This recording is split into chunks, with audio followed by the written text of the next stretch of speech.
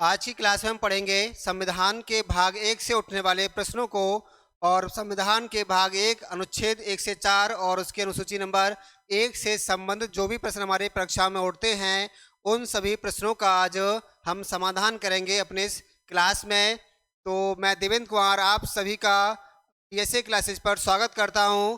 जैसे कि आप जानते हैं जीडी कांस्टेबल की भर्ती आ चुकी हैं और कांस्टेबल यूपी की भर्ती आने वाली हैं। साथ ही साथ हमारा यूपी टेट और सुपर टेट का भी आगामी कुछ दिनों में आपकी वैकेंसी आ सकती हैं। तो इन सभी परीक्षाओं को देखते हुए हम आपको सुनामी सीरीज चला रहे हैं जिसमें पॉलिटी जो आपकी इन परीक्षाओं में बहुत इंपॉर्टेंट है वो अभी क्लास चल रही हैं। बहुत जल्दी आपके लिए इस प्लेटफॉर्म पर ज्योग्राफी और हिस्ट्री और बाकी अदर जीएस के टॉपिक्स की भी क्लासेस शुरू होने वाली है, तो वो मैं आपको लेकर आऊँगा। आज की क्लास हम शुरू कर रहे हैं उससे पूर्व आपसे एक रिक्वेस्ट ये है कि आप चैनल को अपना भरपूर प्रेम दें, प्यार दें और इसे सब्सक्राइब करें, अपने दोस्तों से कराएं और उन छात्रों को इसे सजेस्ट करें, शेयर करें जो जिनको इनकी आवश्यकता है और उनसे भी इसे सब्सक्राइब करवाएं, लाइक करें और वीडियो को पूरा देखें जिससे आपको इसका पूरा लाभ मिल सके। क्योंकि आपको देखिए यहाँ जो हमारी सीरीज चल रही है यहाँ मैं आपको गारंटी के साथ हम कह सकते हैं कि आपके एग्जाम में आने वाले 100% क्वेश्चन आपको इस वीडियो से हमारी क्लासेस से मिलने वाले हैं। तो आप इसे मिस ना करें, पूरा वीडियो देखें और अपनी तैयारी को धार दें। एक एक क्वेश्चन आपका हमारी क्लास से रखा हुआ मिलेगा एग्जाम में। अभी पैट के एग्जाम में आपने देखा कि बहुत कम वीडियो के साथ हम यहाँ पर उपस्थित थे और 80% से अधिक का हमारा जो मटेरियल है वो एग्जाम में आपको मिला है। तो यहाँ भी अगले एग्जाम में भी अब आपको और अधिक मटेरियल, हम कहते हैं 100% तक आपको यहाँ से जीएस का और हिंदी का मटेरियल मिलेगा। तो विश्वास करके आप यहाँ लगे रहिए बैठ और हमें आगे बढ़ाने के लिए अपना सपोर्ट देते रहिए, सब्सक्राइब करते रहिए। संविधान का भाग एक तो देखिए यहाँ से उठने वाला पहला क्वेश्चन यही है कि बताओ संविधान का जो भाग 1 है, संविधान का भाग 1 है उसमें उसका नाम क्या है। तो इसका नाम आपसे पूछेगा, बहुत बार ये क्वेश्चन आया हुआ है। तो नाम है देखिए संघ एवं राज्य क्षेत्र, संघ एवं राज्य क्षेत्र इसका नाम है। The union and it's territory इसका नाम है। ठीक है, तो ये क्वेश्चन तो हमारा ये बनता है। इसका रिवर्स कर दें तो क्वेश्चन ये बनता है संघ राज्य क्षेत्र कौन से भाग में है। तो भाग 1 में है। याद कैसे करेंगे, देखिए याद इस तरह से करेंगे, संविधान जब शुरू होगा तो बात किसकी करेगा, संविधान जिसके लिए बना है, संविधान जिसके लिए लागू हुआ है या संविधान से जो है वो है देखिए क्षेत्र, देश, राज्य।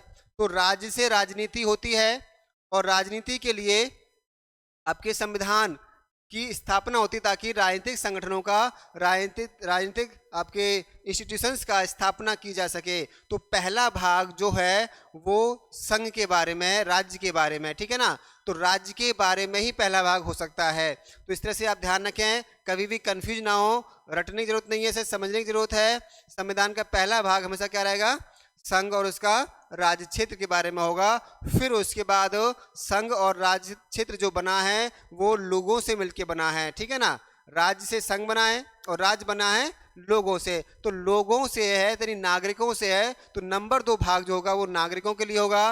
और फिर इस तरह से हमारे क्रम चलता है पार्ट्स के आगे बढ़ने का। फिर नागरिकों के बारे में बातें होती हैं। फिर नागरिकों के भाग 3 में मूल अधिकार दिए गए, भाग 4 में उनके लिए नीति निर्देशक तत्व दिए गए और भाग 4A में नागरिकों के कर्तव्य दिए गए। जब बात नागरिकों की पूरी हो गई फिर जो है इन्होंने संघ राज्य क्षेत्र को फिर से उठाया है और इस बार एक एक करके इसको पढ़ा है।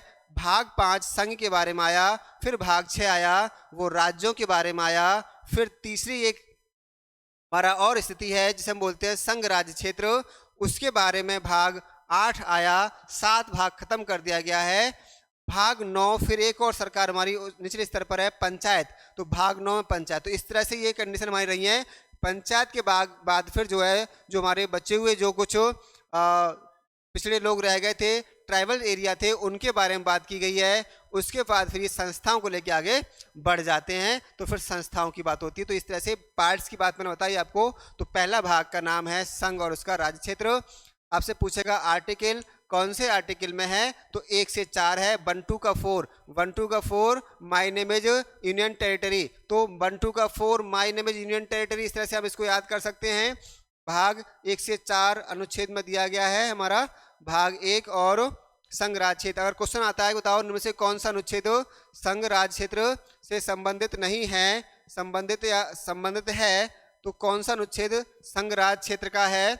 ऑप्शन उसने दिया 2, 5, 11 और 25। तो आपको ये जो क्रम है हमारा 1 से 4, इसे याद होने से ही क्वेश्चन सॉल्व हो जाएगा, क्योंकि आपको पता है 1 से 4 तक संघ राज क्षेत्र है, तो ऑप्शन नंबर 2 ही होगा, है ना। तो इस तरह से एक क्वेश्चन तो ये बना हमारा। अगला क्वेश्चन आपसे पूछता है कि बताइए अनुसूची 1 का संबंध कौन से भाग से है? तो अनुसूची 1 का संबंध भाग 1 से है, संघ राज क्षेत्र से है, और ये अनुसूची आर्टिकल 1 से ये संबंध रखती है। तो ये बातें हमारी यहाँ से पूछी जाती हैं। अब चलते हैं इसके अंदर। देखिए आर्टिकल कितने हैं? आर्टिकल इसमें हमारे 1 से लेकर 4 तक हैं, तो 1 से लेकर 4 तक अनुच्छेद हैं। ये इसमें क्या क्या बातें कही गई हैं वो सब देखते हैं अब, ठीक है ना। तो अनुच्छेद 1 देखिए, आर्टिकल 1, अनुच्छेद 1 कहता है भारत अर्थात इंडिया, भारत अर्थात इंडिया राज्यों का संघ होगा, राज्यों का संघ होगा। तो ध्यान रखें यहाँ से, अब ये क्या पूछ रहा है यहाँ से, आर्टिकल नंबर 1 से कौन कौन से क्वेश्चन हमारे उठते हैं, डायरेक्ट वहीं आते हैं हम। तो इससे उठने वाले जो हमारे क्वेश्चंस हैं, ये हम कह सकते हैं इससे उठने वाले जो हमारे फैक्ट्स हैं वो क्या क्या हैं। तो पहला फैक्ट देखिए जो यहाँ से उठता है वो है संघ का नाम क्या है। तो जो संघ बना है हमारा उसका नाम क्या है? नाम क्या है? तो देखिए संविधान में हमारे संघ के 2 नाम हैं, एक तो भारत और दूसरा इंडिया।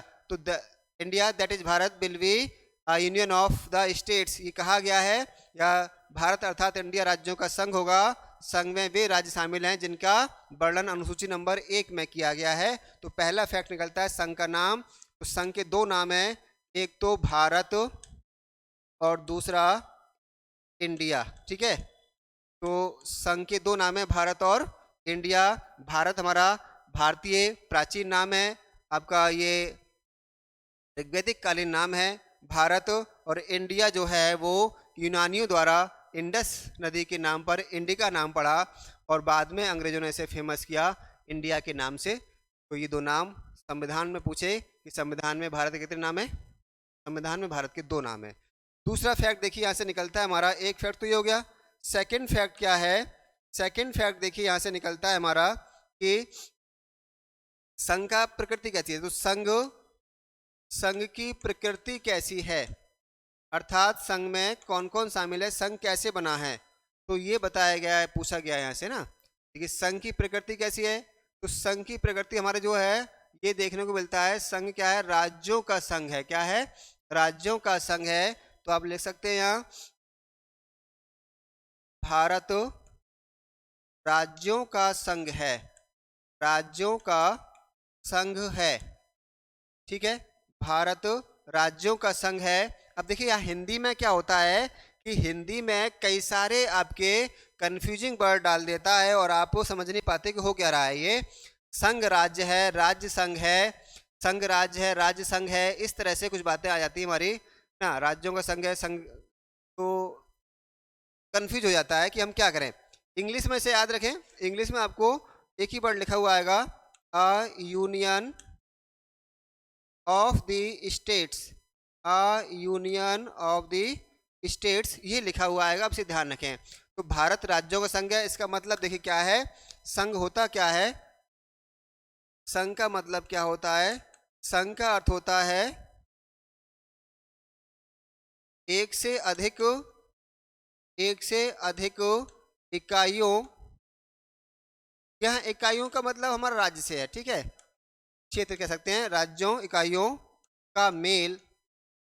तो जब एक से अधिक राज्य, एक से अधिक कोई भी इकाई मिल रही हो तो उसका संगम अगर हो रहा हो तो उसे हम संघ कहते हैं, मिलन हो रहा हो तो संघ कहते हैं।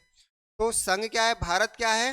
भारत राज्यों का संघ है, और हमारे इस संघ में राज्यों से मिलके बना है। 28 राज्य हमारे पास इस समय हैं, उन 28 राज्यों को मिला दो तो हम इसे भारत कहते हैं। इस संघ का नाम क्या है? इस संघ का नाम भारत है, इंडिया है, और इसमें क्या है? राज्यों से मिलकर बना है। अब देखिए एक और बात यहाँ से, संघ के लिए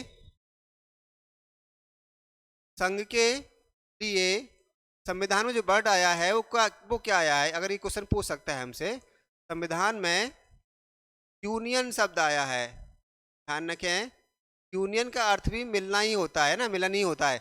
शब्द आया है अर्थात, तो फिर कौन सा वर्ड नहीं आया है? यहाँ फेडरल वर्ड नहीं आया है। इसका जो सबसे सटीक और आपका फेमस वर्ड है वो फेडरल है।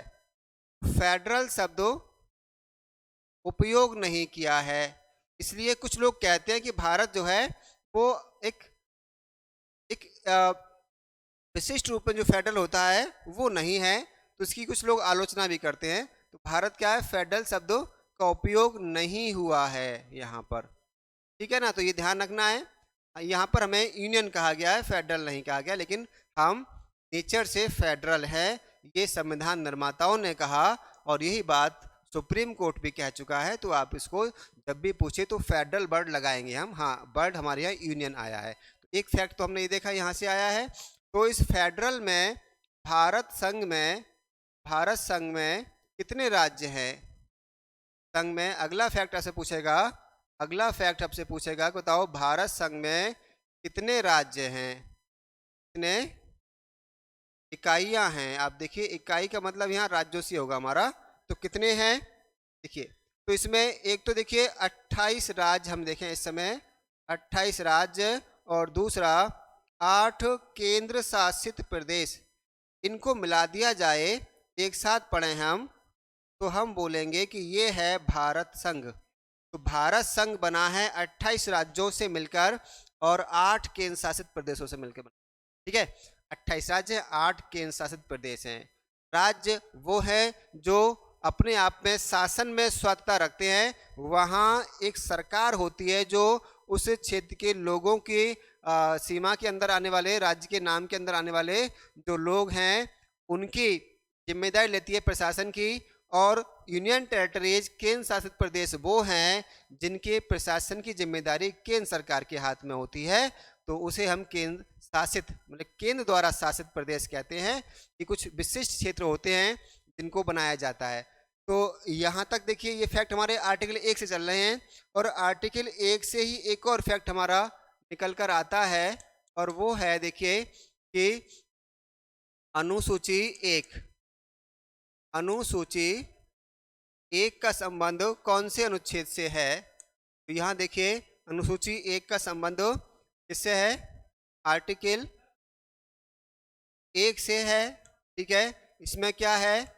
इसमें संघ राज्य क्षेत्र का वर्णन है। ध्यान रखें, अब जो हम बात कर रहे हैं कि भारत जो संघ बना है, राज्यों से मिलकर बना है, वो कौन कौन से राज्य हैं, कहाँ कहाँ से, कितना, उसको कब कब कैसे बने हैं, स्वरूप क्या है उनका, स्टेटस क्या है उनका, तो वो सब बातें जो की जाएंगी वो आपकी की जाएंगी अनुसूची नंबर 1 में। उसका वर्णन संविधान के भाग 1 में नहीं किया जाएगा कि यूपी कब बना है, पंजाब कब बना है, उत्तराखंड कब बना है, वो बातें की जाएंगी आपके अनुसूची नंबर 1 में की जाएंगी, ठीक है ना। तो अनुसूची नंबर 1 में की जाएंगी। इसमें हम देखें तो वर्तमान स्थिति देखें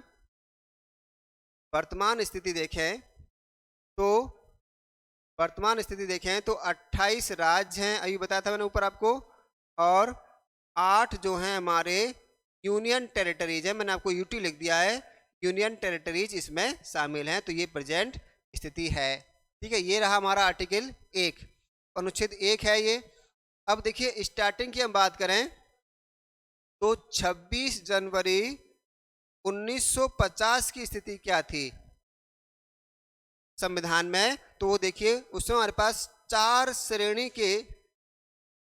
श्रेणी कौन सी थी? वो A, B, C और D के कुल 29 राज्य थे। कितने थे? 29 राज्य थे। तो उस समय संविधान में व्यवस्था दी गई, 29 राज्य बनाए गए, A, B, C और D कैटेगरी के राज्य बनाए गए थे। इन राज्यों को फिर हमने समाप्त करके 2 कैटेगरी बनाई, और राज्य और यूनियन टेरिटरी। ये 56 में हुआ 7वें संविधान संशोधन से। फिलहाल आर्टिकल 2 देखते हैं। अनुच्छेद 2, अनुच्छेद 2 कहता है, अनुच्छेद 2 कहता है संघ में नए राज्यों या हम कह सकते हैं क्षेत्रों का, टेरिटरी का प्रवेश, तो एंट्रेंस ऑफ न्यू स्टेट्स और territory in the union, union में, संघ में नए राज्यों का प्रवेश। अब आप देखिए प्रवेश कहाँ से होता है? प्रवेश देखिए अंदर से नहीं होता है, अंदर तो आप बैठे ही हैं पहले से ही, प्रवेश होता है बाहर से। तो इसका अर्थ ये हुआ कि कोई ऐसी टेरिटरी, कोई ऐसा राज्य, कोई ऐसा क्षेत्र जो भारत के संघ में शामिल नहीं है, भारत संघ का हिस्सा नहीं है, बाहर से है और वो भारत में एंट्री चाहता है, तो उसके लिए प्रावधान देता है संविधान का अनुच्छेद 2। संसद को ये ऑथेंटिकेशन देता है कि आप उस राज्य को भारत में मिला सकते हैं। ये अनुच्छेद 2 है। तो इसमें एक डिस्क्रिप्शन हम लिख सकते हैं और वो है कि संसद विधि बनाकर, ध्यान रखें ये काम संसद करेगी, विधि बनाकर नए, और दूसरे कैसे हैं? बाहरी हैं। कैसे हैं ये? बाहरी क्षेत्र हैं, क्षेत्रों को संघ में शामिल कर सकती है, संघ में शामिल कर सकती है। तो देखिए पहले शामिल किया जाएगा, फिर वो या तो राज्य बनेगा या फिर वो यूनियन टेरिटरी बनेगा। तो ये ध्यान रखना है हमें, ठीक है? क्लियर है?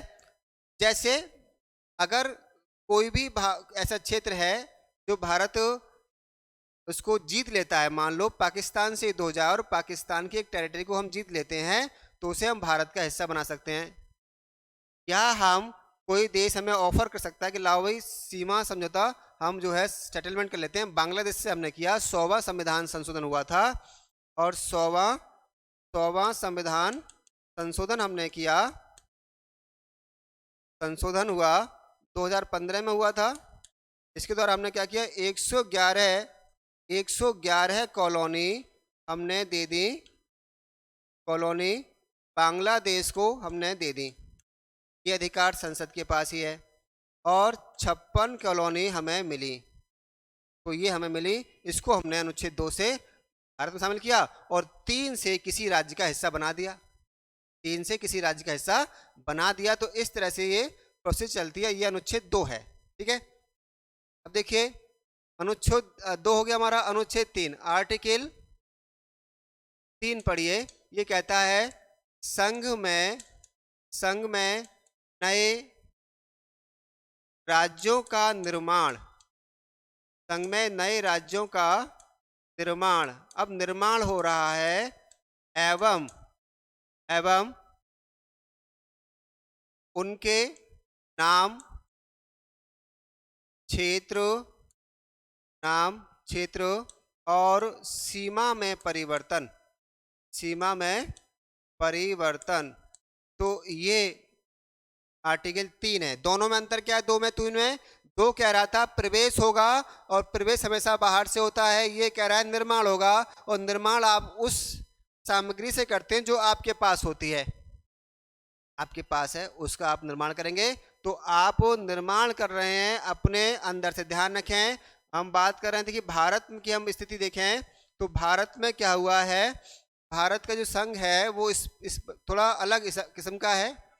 भारत संघ जो है इसमें देखिए स्थिति क्या है, पहले संघ बना है, तो यहाँ पहले संघ बना है, बाद में राज्य बने, बाद में राज्य बने। तो पहले भारत संघ बना, हमें भारत संघ को आज़ादी मिली, फिर भारत संघ पहले बनाया गया और फिर बात की गई राज्यों की, फिर राज्य बने हैं। तो इस स्थिति में देखें तो संघ को नए राज्यों के निर्माण करने का उनमें अधिकार दिया गया है, उनके नाम क्षेत्र में बदलाव करने का अधिकार संघ के पास है। तो ये थोड़ी एक अलग सा स्टेटस है हमारा, अमेरिका के संविधान से डिफरेंट है। अमेरिका के संविधान में क्या होता है, वहां संघ को ये अधिकार नहीं है कि वो किसी राज्य के साथ छेड़छाड़ कर सके। छेड़छाड़ का मतलब यहाँ वो वाला नहीं है। छेड़छाड़ का मतलब ये है कि उसके नाम में बदलाव नहीं कर सकता। जैसे हमारे यहाँ जम के नाम चेंज हो रहे हैं राज्यों के, तो खैर संसद करती है। नगरों के हो रहे हैं, स्टेशंस के हो रहे हैं, तो लगातार नाम चेंज किए जा रहे हैं हमारे ना, है ना। तो इस तरह से औरंगाबाद संभाजी नगर हो गया है, इस तरह से आपका इलाहाबाद प्रयागराज हो गया है। तो इस तरह से नाम चेंज हो रहे हैं, तो वो सब अमेरिका में राज्यों के लिए पॉसिबल नहीं है, लेकिन संसद चाहे तो राज्यों का नाम बदल सकती है। इसे पश्चिम बंगाल ने सिफारिश की थी संसद से, सरकार से, केंद्र सरकार से, कि हमारे नाम को बदल दीजिए। हमारा नाम जो पश्चिम बंगाल है तो हम पूरब में, और नाम पश्चिम बंगाल है, हमारा नाम बांग्ला कर दीजिए। तो सरकार ने कहा नहीं नहीं, हमें ये नाम अच्छा नहीं लग रहा है, हम नाम चेंज नहीं करेंगे। ठीक है, तो राज्य अपना नाम खुद नहीं बदल सकते, ठीक है ना, पंडित जी बुलवाने पड़ेंगे। पंडित जी कौन है, संसद है, वो उसको बदलेगी। क्लियर है। तो चलिए 3 पर लौट कर आइए। 3 कह रहा है कि नए राज्य का क्या हो जाएगा, आप नए राज्य का निर्माण कर सकते हैं और उसके नाम में बदलाव कर सकते हैं, सीमा क्षेत्र में परिवर्तन कर सकते हैं। तो इसे हम बोलते हैं formation of new states and alteration of name, area and border of the states. तो ये कहा जाएगा आर्टिकल 3 में। अब आइए इसको देखते हैं, यहाँ से कौन कौन से क्वेश्चन हमारे उठते हैं, कौन कौन से फैक्ट्स हमारे यहाँ से आते हैं। एक तो यही है, राज्य का निर्माण कौन से आर्टिकल से, तो आर्टिकल 3। ध्यान रखें, प्रवेश 2 से होगा और निर्माण 3 से होगा। कौन से आर्टिकल से, 3 से होगा। राज्य का नाम कौन सा आर्टिकल बदलेगा, आर्टिकल 3 से बदला जाएगा। ठीक है, अब यहाँ से उठने वाले क्वेश्चन देख लीजिए, फैक्ट क्या है हमारे यहाँ से, कौन कौन से यहाँ से फैक्ट उठते हैं। तो पहला फैक्ट तो ये है, राज्य का निर्माण, राज्य का निर्माण कौन करेगा, ठीक, या बदलाव इसमें कौन करेगा। बदलाव से मतलब समझ रहे हैं क्या है यहाँ, बदलाव से मतलब नाम में, क्षेत्र और सीमा में बदलाव से मतलब है, वो कौन करेगा। तो ये करेगा, देखिए, केवल और केवल संसद करेगी। ठीक, संसद के अलावा कोई नहीं करेगा। कोई भी राज्य अपने आप को बांटने का घोषणा नहीं कर सकता, कोई राज्य अपने नाम में बदलाव नहीं कर सकता, क्षेत्र में, सीमा में बदलाव नहीं कर सकता है। ये बदलाव करेगा तो करेगा संघ। संघ का मतलब केंद्र सरकार कह सकते हैं, यहाँ संसद हम कह रहे हैं, तो संसद आपको लगाना है। संसद ना हो तो आप केंद्र सरकार लगाएंगे, वो रिप्रेजेंट करती है संसद में ना, वही प्रस्ताव लेकर आती है, वही विधेयक लेकर आती है। तो संसद अगर नहीं है तो आप केंद्र सरकार लगा सकते हैं, संघ सरकार लगा सकते हैं।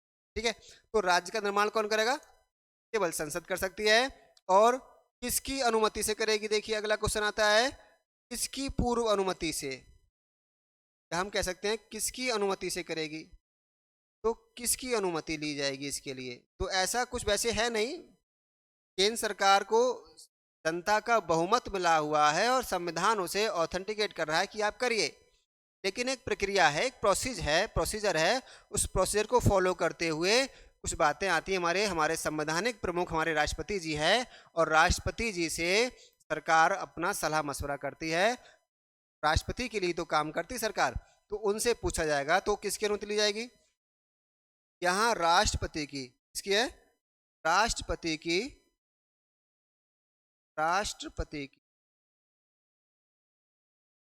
पूर्व अनुमति ली जाएगी।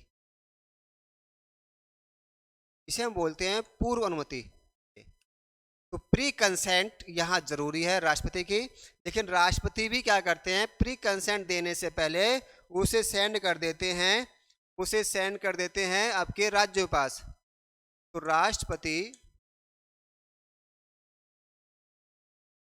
राष्ट्रपति अनुमति देने से पूर्व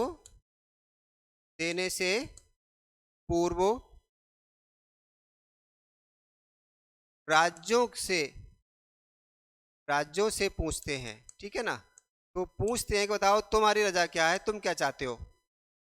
इसका मतलब हुआ कि अब देखिए थोड़ा से हम एक क्रम से देख लेते हैं।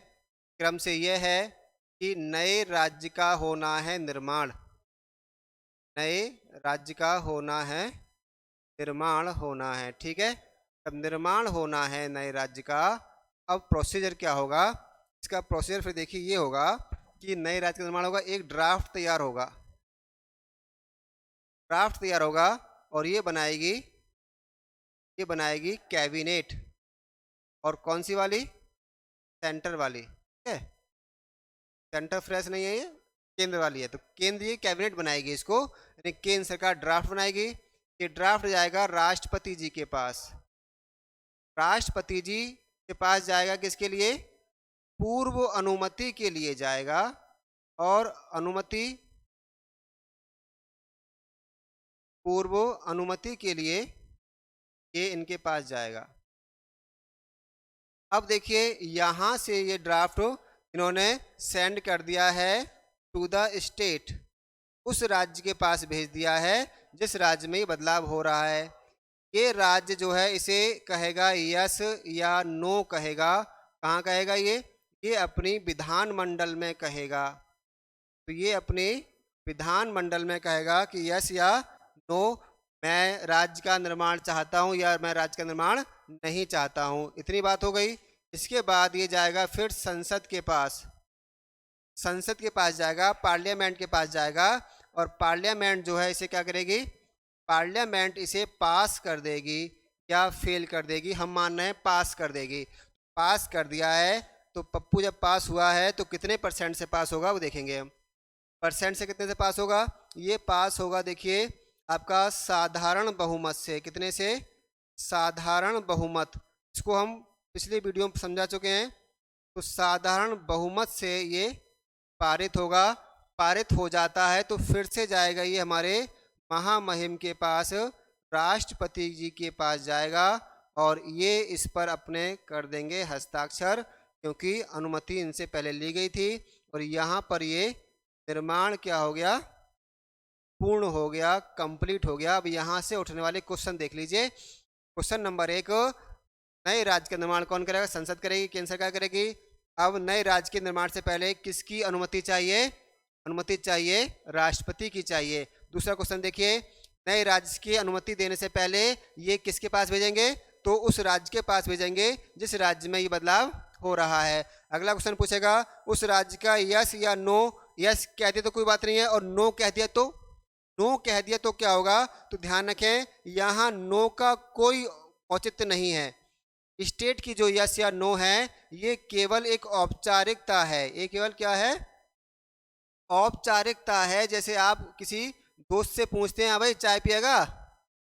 तो बोले यार यार चल ठीक है, मना कर दिया। तो आपका मतलब ये बेटा पिला तो रहे नहीं, पिलानी तो मैं है ही नहीं, बस पूछ रहे हैं पिएगा या आप क्या है, आपको पता है हमको पिलानी है, बस पूछ लिया पिएगा नहीं पिएगा, उन्होंने नहीं पिएगा नहीं पी ले यार चल छोड़। तो इस तरह से केवल औपचारिकता है, यानी जिसने पूछा है उस पर डिपेंड करता है कि वो क्या करेगा, डिसीजन लेगा, बनाएगा या नहीं बनाएगा। तो ऐसे यहाँ है, पूछा किसने? राष्ट्रपति ने। पूछवाया किससे? किसने? संसद ने। तो संसद करेगी बनाना है या नहीं बनाना है, इसलिए ये औपचारिकता है, इसका कोई मतलब यहाँ नहीं है। अगला देखिए, अब क्वेश्चन पूछेगा संसद किस बहुमत से ऐसे बिल को पास करती है? तो आंसर है संसद इसे साधारण बहुमत से पारित करती है। और साधारण बहुमत का मतलब यहाँ होता है सदन में उपस्थित प्लस मत देने वाले, मतदान का आधे से एक अधिक वोट मिल जाए तो ये हमारा साधारण बहुमत हो जाता है। ये आर्टिकल 3 है। तो यहाँ से उठने वाले क्वेश्चन तो यही है, ठीक है ना। अब आपसे पूछे नए राज्य का निर्माण, तो आर्टिकल 3 से होगा। क्लियर है? एक एक क्वेश्चन आपका यहाँ से संतुष्ट हो गया है। अब यहाँ से कुछ भूलने वाले आप नहीं है, है ना। अगला बात देखते हैं। इस तरह से देखिए आर्टिकल 4 देखिए, फिर आर्टिकल 4, आर्टिकल 4 कहता है, ये कहता है कि अनुच्छेद अनुच्छेद अनुच्छेद 2 व 3 एवं अनुसूची 1 व 4 में किए गए संशोधन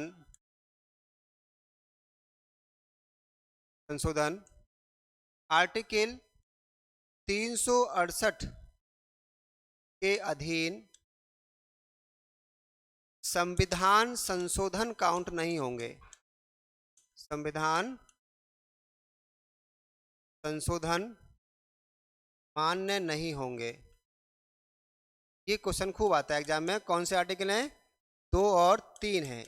अब देखिए, संघ को अधिकार दिया गया है कि संघ राज्यों का निर्माण और उसमें बदलाव कर सकता है, और इतना अधिक अधिकार दे दिया है, इतनी मेहरबान हमारी संविधान सभा हो गई संघ पर, से कहा कि आप जो चाहें कर डालीजिए और आपको ज़्यादा तिगड़मबाजी भी नहीं करनी पड़ेगी। बहुत सिंपल तरीके से आप कर पाएंगे। 368 का आपके पास कोई भार नहीं होगा। 368 को भूल जाइए, 2/3 बहुमत भूल जाइए। 368 से जो अमेंडमेंट होंगे उसके लिए 2/3 बहुमत चाहिए होगा। और उन्होंने कहा आप 2/3 मत लाइए, कितना ले लीजिए? पीछे हमने देखा केवल सदन में उपस्थित और मत देने वालों का आधे से एक अधिक से काम चल जाएगा, 2/3 से काम नहीं चलेगा यहाँ। तो 2/3 बहुमत नहीं चाहिए होगा। 2/3 से अगर बहुमत से पारित होगा कोई विधेयक, उसे संविधान में बदलाव कर रहा है, तो उसे हम बोलेंगे संविधान संशोधन विधेयक कहेंगे। और अगर 2/3 से पारित नहीं हो रहा है तो वो काउंट संविधान संशोधन विधेयक नहीं कहलाएगा। अब तक हमारे पास ऐसे संविधान संशोधन 105 हो चुके हैं। अगर 2 और 3 को भी शामिल कर लिया जाता तो इनकी संख्या बहुत अधिक होती, शायद 200 से अधिक हो जाती। तो ये आर्टिकल 4 है, ठीक है ना। तो इसे का मतलब आर्टिकल 4 ये स्पष्ट कह रहा है कि आर्टिकल 2, 3 अनुसूची हमारी 1 में संशोधन किससे होगा? संशोधन साधारण बहुमत से होगा, ठीक है, साधारण बहुमत से होगा। बस इतनी बात है, मत से होगा। तो ये तो हो गया हमारा भाग 1। अब थोड़ा सा जीके मैं आपको भाग 1 में और बता देता हूँ कि राज्य हमारे कैसे बने और कैसे इनको पुनर्गठित किया गया। तो यहाँ तक तुम्हारा हो गया। अब आर्टिकल 3 और 2 को मिला के अगली बात हम करते हैं, राज्यों का पुनर्गठन कैसे हुआ। तो देखिए, संविधान सभा हमारी बनी। सीधा हम देखें तो हमारा जो है संविधान सभा बनी, और संविधान सभा ही हमारी क्या थी? संसद भी थी। तो इसने संसद का काम भी किया था। इसी ने फिर वहाँ राज्यों का पुनर्गठन या राज्यों का गठन किया। स्टार्टिंग से राज्यों का गठन जब इसने किया तो हमने बताया था आपको, राज्य जब गठन कर रहे थे तो इन्होंने क्या किया था?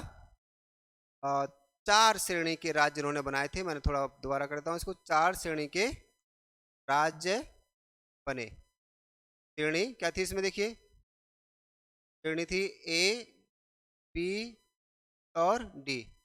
कितने राज्य थे इसमें? कुल 29 राज्य इसमें थे। ए में आपके 11 प्रांत थे जो ब्रिटिश राज्यों से मिले थे हमारे।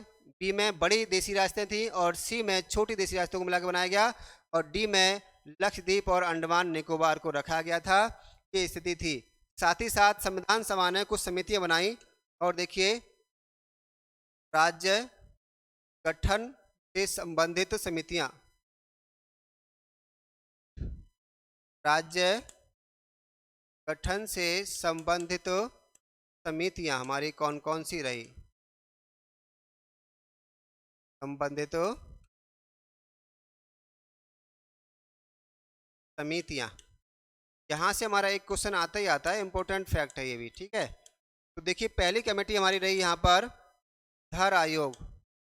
धर आयोग, इसको धर आयोग लिख कर आता है, कई बार दर आयोग लिख कर आता है, तो बड़ा स्पष्ट सी रहता है हमारी। बेसिकली ये THAR दर आयोग है, इसको दर आयोग भी बोल देते हैं, धर आयोग भी कह देते हैं। तो धर आयोग देखिए 1947 से 1948 में ये काम किया। 47 में बना, 48 में रिपोर्ट दी इसने। इसके आपसे अध्यक्ष पूछते हैं, तो अध्यक्ष आप इसके लिख लें, वो थे हमारे एस के धर जो थे इसके अध्यक्ष थे इस कमेटी के। इसकी रिपोर्ट क्या है? इनकी रिपोर्ट कहती है, इन्होंने रिपोर्ट दी 48 में, कहा कि भाषा राज्य निर्माण का आधार नहीं होगी। निर्माण का आधार नहीं होगी, ये इन्होंने कहा, ठीक है। तो नहीं होगी, तो मतलब ये था कि अब प्रश्न ये था इसके सामने, कमेटी ने कहा, संविधान सभा ने कहा कि हमें बताओ क्या क्या हम अभी स्टार्टिंग से ही राज्यों को भाषा के आधार पे बना सकते हैं या नहीं बना सकते हैं? क्योंकि हम क्या देख रहे थे, कांग्रेस बहुत लंबे समय से डिमांड कर रही थी ब्रिटिशर से कि आप राज्यों को भाषा के आधार पे बनाओ। अब चूंकि खुद सरकार में आ गए हैं तो डिमांड पूरी करनी पड़ेगी। तो उन्होंने चेक करा कि बताओ, इन्होंने कहा देखिए अभी अभी आप धर्म के आधार पर बटे हो और अभी राज्यों के आधार पर बटने लगे, राज्य बनने लगे तो अखंडता को, देश की एकता को मुश्किल आ जाएगी। तो हमने क्या किया, इसको इन्होंने मना कर दिया। ठीक है, अगली अगली कमेटी देखिए क्या है। अगली कमेटी जो बनी वो बनी JBP समिति। JBP समिति बनी। ठीक है, JBP समिति बनी, ये 1948 में बनी। इसके जो मेंबर थे, जैसे JL नेहरू, जवाहरलाल नेहरू इसके मेंबर थे। बी से हमारे बने, बी से वल्लभ भाई पटेल इसमें मेंबर थे। और पी से इसके मेंबर हमारे हैं पट्टाभी सीतारमैया। ठीक है, तो ये 3 मेंबर आपको ध्यान रखने हैं। ये एक जांच समिति है। जांच समिति का मतलब ये है कि ये दर आयोग की जांच के लिए बनी थी। इसने भी भाषा आधार को नकार दिया, नकार नहीं, भाषा के आधार पर राज्य नहीं बनेंगे। हाँ, प्रशासनिक सुविधा अगर हो रही है, असुविधा हो रही है, प्रशासनिक सुविधा के लिए राज्य बन सकते हैं। तो कहा हाँ, इसके लिए आप राज्य बना सकते हो, ये बात कही। अब इसके बाद की स्थिति हम देखें, तीसरी कमेटी बनी। तीसरी कमेटी से पहले हुआ ये कि सरकार को 1953 में आंध्र प्रदेश का गठन करना पड़ गया। यहाँ आंध्र प्रदेश बनाना पड़ा। ठीक है, क्यों बनाना पड़ा वो देखते हैं। ये हमारा पैट में क्वेश्चन आया था अभी। तो पैट में हमारे क्वेश्चन आया था, हमारी क्लास से क्वेश्चन ही आया था। देखिए जब भी मैं पढ़ाता हूँ तो ये जरूर बताता हूँ कि कैसे आंध्र प्रदेश बना। आंध्र प्रदेश बना 53 में, ये सब जानते हैं, अक्टूबर 53 में बना। लेकिन क्यों बना था, तो देखिए एक हमारे गांधीवादी एक नेता थे आंध्र प्रदेश के, श्री रामालू पुट्टू। ये हमारा पैट में क्वेश्चन भी आया है, श्री रामालू पुट्टी। तो रामालू पुट्टी की मांग थी, इनकी मांग पर ये बना था। लेकिन मैं थोड़ा सा आपको बता दूं इसमें, तो श्री रामालू पुट्टी ने मांग की तेलुगु भाषी नया राज्य बनाया जाए। इस मांग पर ध्यान नहीं दिया गया और ये 52 में आपके बैठ गए अनशन करने, आमरण अनशन करने बैठ गए। आमरण अनशन के दौरान 56 दिन की भूख हड़ताल से इनकी मृत्यु हो गई। और आप जानते हैं दक्षिण में क्या होता है, उनका कोई इस तरह से कोई व्यक्ति कुछ हो जाए तो बड़ा हंगामा मच जाता है। हंगामा मच गया, हिंसा भड़क गई और सरकार को आनन फानन में 53 में पहला राज्य आंध्र प्रदेश बनाना पड़ गया। इस तरह से आंध्र प्रदेश देश का पहला भाषाई राज्य था। ये बना था मद्रास से। तो मद्रास राज्य था एक हमारा। मद्रास राज्य से इन्होंने 1953 में बना दिया तेलुगु भाषी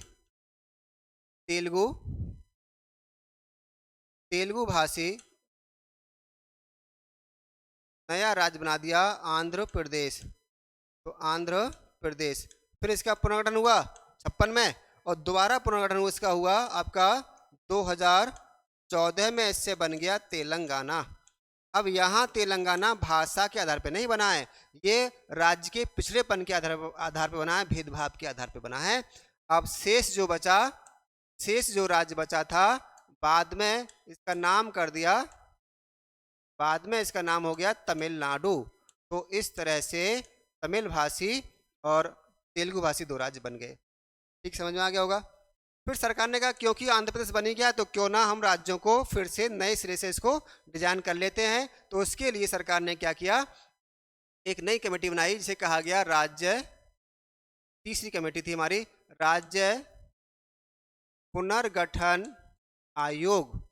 सरकार ने बनाया और ये बनाया था 1953 में। इस आयोग में अध्यक्ष थे इसके फजल अली। तो फजल अली इसके अध्यक्ष थे, इसलिए कई बार इसको फजल अली आयोग भी कह देते हैं। तो के एम पणिक्कर और हृदयनाथ कुंजरू इसके मेंबर थे, सदस्य थे। तो ये आयोग बना। इस आयोग ने अपनी रिपोर्ट सौंपी 1955 में, और इस रिपोर्ट पर देखिए, इस रिपोर्ट पर आपका रिपोर्ट पर प्रथम राज्य पुनर्गठन हुआ। प्रथम राज्य पुनर्गठन हुआ 1956 में हुआ। तो क्वेश्चन ये आता है यहाँ से कि बताइए राज्यों का प्रथम पुनर्गठन किस आयोग की रिपोर्ट पर किया गया। तो राज्य पुनर्गठन आयोग 1955 की रिपोर्ट पर किया गया। कब आई रिपोर्ट? 55 में आई। कब बना? 53 बना। अध्यक्ष कौन है? फजल अली हैं। और प्रथम पुनर्गठन कब हुआ? 56 में हुआ। ठीक है, इस तरह से हुआ। तो संसद ने क्या किया? अनुच्छेद 3 का उपयोग करके इन्होंने क्या किया? 7वां संविधान संशोधन पारित किया।